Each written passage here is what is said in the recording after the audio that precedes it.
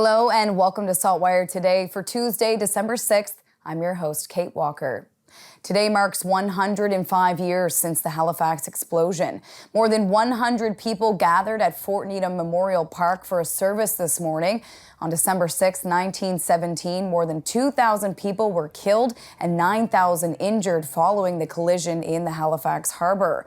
I think it's important for us to continue telling the story, because unless we tell the story and tell it, it gets lost. And so I think to come each time, it's why we remember. Many relatives of the victims were part of today's ceremony. They encouraged others to think about the survivors and those who came together after the explosion. The explosion killed and injured thousands of people in an instant, destroyed buildings and infrastructure. But it did not destroy Halifax, because the people of Halifax, the survivors, refused to let that happen. Everything that we look at now in this city has been built on a foundation of strength and resilience. And we must never lose sight of this when we gather each December 6th to remember the Halifax explosion. The explosion destroyed almost all of North End and significantly damaged the rest of Halifax and Dartmouth. Another tragic event is being remembered today on the 33rd anniversary of the École Polytechnique massacre in Montreal. 14 female students were murdered on December 6, 1989, when a man shot and killed them and injured 13 others at the Montreal Engineering School. Today, students at different universities around HRM, including Mount St. Vincent University, remembered the victims of the massacre that was fueled by sexism and hatred. I think it's important to reflect because, unfortunately, there's still a lot of work to be done to eliminate violence against women, both in this province but also nationally as well.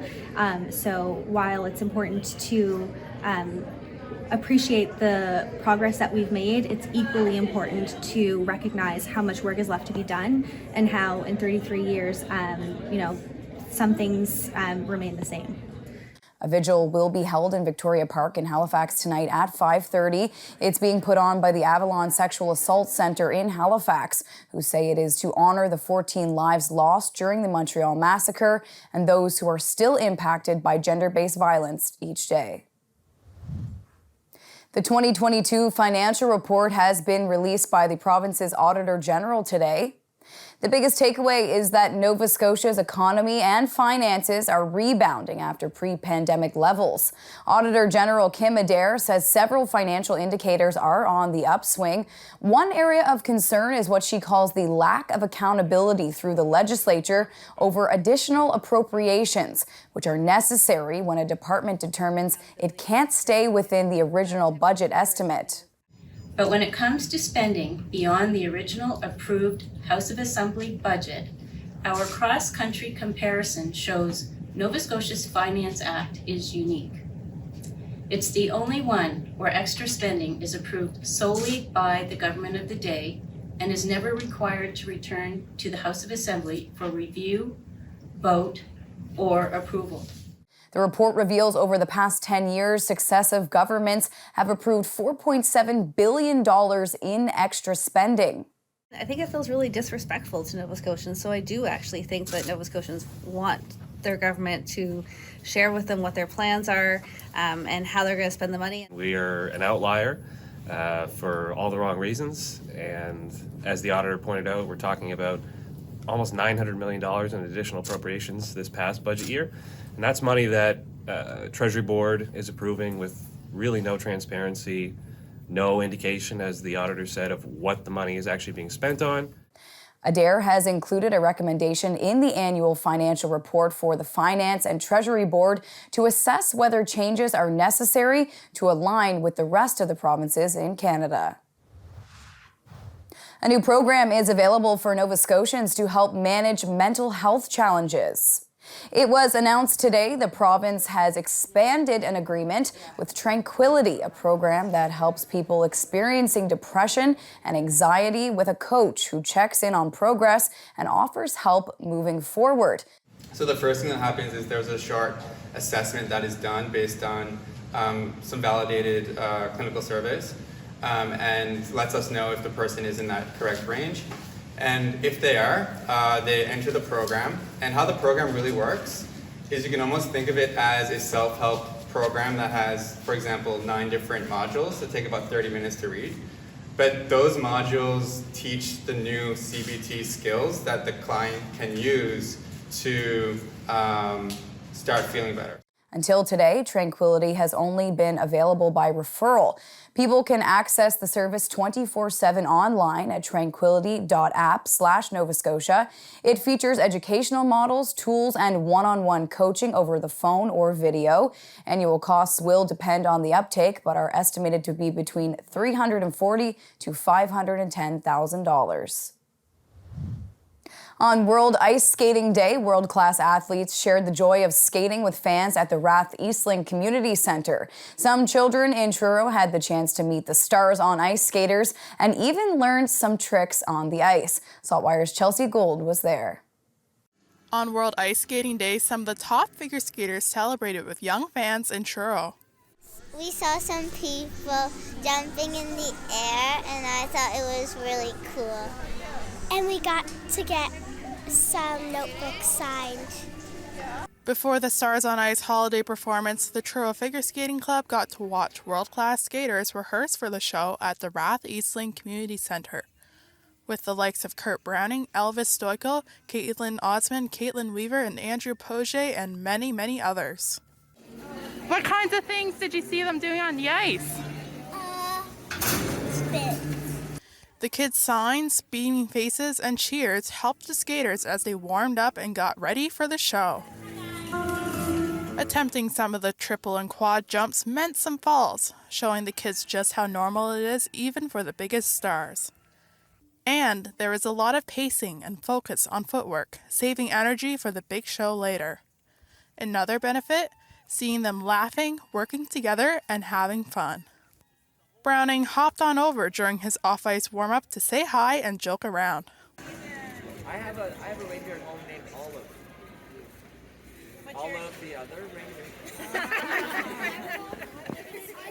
Here all week.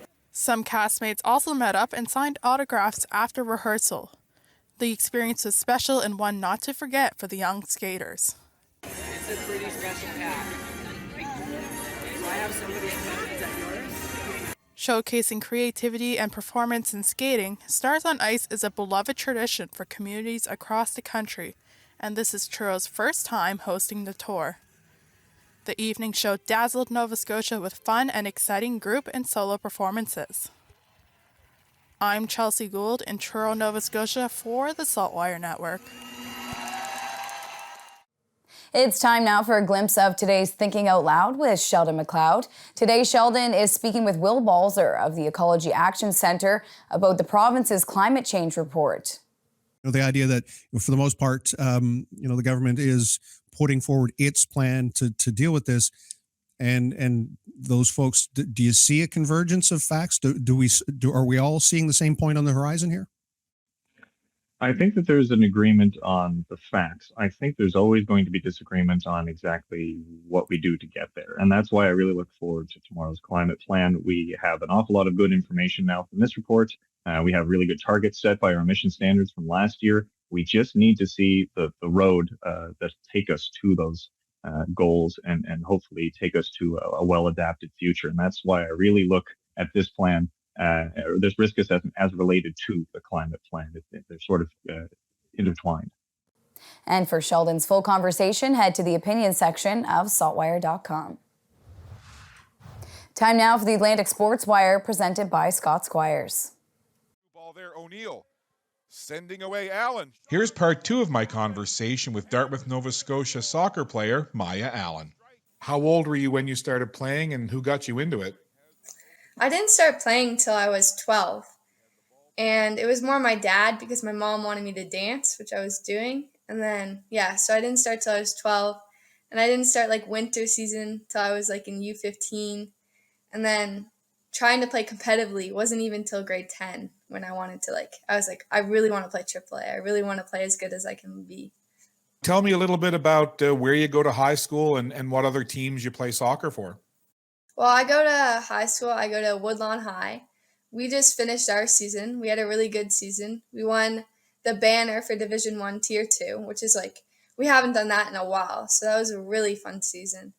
And then outside of high school, I play for United. Last season I played AAA, but I aged out. So now I'm just playing AA and U18 AA. So I can play a season before I have to play senior with like older girls. I want to play my age still. And then also I practice with two teams. I practice with the AA girls team and then a AA boys team just so I can get more field time. Yeah. There looks to be a bright future ahead for soccer star Maya Allen. In Halifax, I'm Scott Squires for the Atlantic Sports Wire. A dynamic run. Blue. Thank you, Scott. On to weather now. To see what's coming up in the forecast, we're going to check in now with our weather specialist, Alistair Alders. Thanks, Kate. Well, after a chilly start this morning, we did recover this afternoon. However, the air mass was very damp, so there was still a chill in the air throughout the day. Unfortunately, there's not a whole lot of sunshine in the forecast, although temperatures will be warming up. We do have more rain on the way. This evening, we will have cloudy skies, and then we'll have some fog patches developing later this evening and through the overnight hours. That comes with a chance of drizzle and showers, too. The temperature this evening near 6 degrees. We rise overnight, waking up near 7 degrees on Wednesday morning with a cloudy start to the day, fog patches, a chance of drizzle and showers. Into the afternoon, cloudy skies with fog patches or drizzle, and we'll see the temperature heading up to 9 degrees. Now, we have a slow-moving frontal boundary that will move in as we go Wednesday night into Thursday, so steadier rain develops overnight Wednesday into Thursday morning. That rain does persist throughout the day on Thursday, likely continuing for at least the first part of Friday. Since it's going to be hanging around, we can expect 20 to 40 plus millimeters of rain here in Halifax. Now, the wind will not be significant, generally gusting 30 to 50. Temperature-wise, I mentioned it will be above normal, about 3 to 5 degrees above normal for the next few days. Kate. Thank you, Alistair. That's all for now. For more extended video and full online articles, stay tuned to SaltWire.com. And you can find us on Instagram and Twitter at SaltWire Today. I'm your host, Kate Walker. Thank you for joining us, and we'll see you back here tomorrow.